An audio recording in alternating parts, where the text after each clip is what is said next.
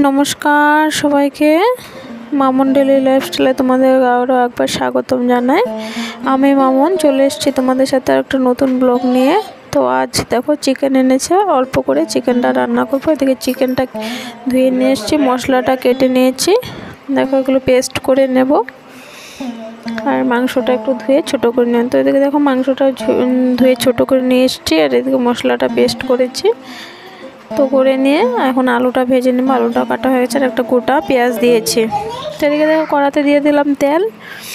তো আগে আলুটা ভেজে নিই, তারপরে দিকে মাংসটা করব। আর আমি আজ কীভাবে অল্প তেলে মাংসটা রান্না করি সেটাই তোমাদেরকে দেখাবো, চলো দেখতে থাকো। আলুটা আগে ভেজে হাফ ভেজে রাখবো, পুরো ফুল বয়েল করব না। তো হাফ লাল লাল করে নিই, তারপরে লাল হয়ে গেলে মাংসটা ভেজে করবো আর কি। তো চলো দেখতে থাকো।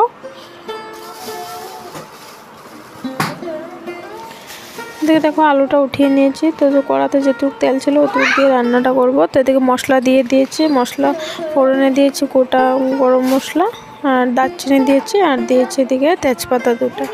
তো এটাই দেবো। আর পেঁয়াজ একটা কেটে রেখেছিলাম, ওটা দিয়ে দেবো। তো পেঁয়াজটা দেওয়ার পরে একটু পেঁয়াজটা হাফ একটু লাল হলে দিয়ে দেবো পেস্ট করা মশলা।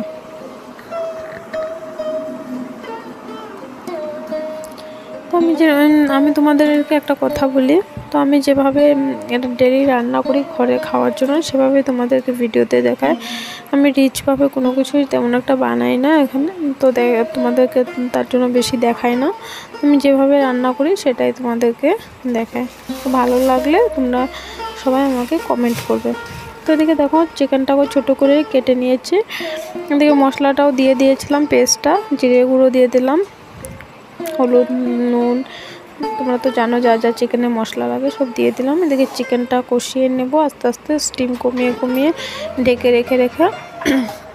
একটা কথা কী করতো, মাংসটা রান্না করতে গেলে অনেক কাজ, কিন্তু মশলাটা করে ভেজে একটু স্টিম কমিয়ে বসে রাখলে তুমি বাকি অনেক কাজ করা যায় কিন্তু। তো বাকি হাতের কাজগুলো সেরে নিই। তো এদিকে দেখো চিকেন থেকে প্রায় অনেক জল বেরিয়েছিল। তো এদিকে দেখো অল্প চিকেন মশলাও দিয়ে দিয়েছিলাম। তো চিকেন মশলা দিয়ে আরও কতক্ষণ কষাবো। তো মাঝে মাঝে উঠে আবার ঢাকনা উঠিয়ে তোমাদেরকে নাড়ানোর আগে দেখাই। তো এখন আলু দিয়ে দিয়েছিলাম, আলুটা যেহেতু বেশি বয়েল হয়নি তখন, তো আলুটা একটু বয়েল হতে সময় লাগবে তার জন্য দিয়ে দিয়েছিলাম। মাংসটাও প্রায় বয়েল হয়ে গেছিলো যেহেতু ছোটো ছোটো করে কেটেছিলাম। তো এদিকে দেখো মাংসটা প্রায় ভাজা মানে কষানো হয়ে গেছে আর কি। তো এখন দিয়ে দেবো একটু সাইডে একটু গরম জল বসিয়ে রাখবো। তো গরম জলটা পরে ঢেলে দেবো কষানো। তো আর একটু ঢেকে রেখেছিলাম, আর একটু কষানো হয়ে গেছে, কড়াই থেকে মশলাটা উঠে এসছিলো। তো এদিকে দিয়ে দিলাম। দেখো এত তেল ভাসছে না, কারণ আমি একটু তেলেই মাংসটা করি বেশিরভাগ সময়। তো দেখো তেলটা দিয়ে তেল বেশি বেরোয় না, তখন একটু বয়েল হলে নামিয়ে নেব। তোমরা চাইলে গরম মশলা দিতে পারো, আমি যেহেতু চিকেন মশলাটা দিয়েছিলাম তার জন্য আর দিইনি।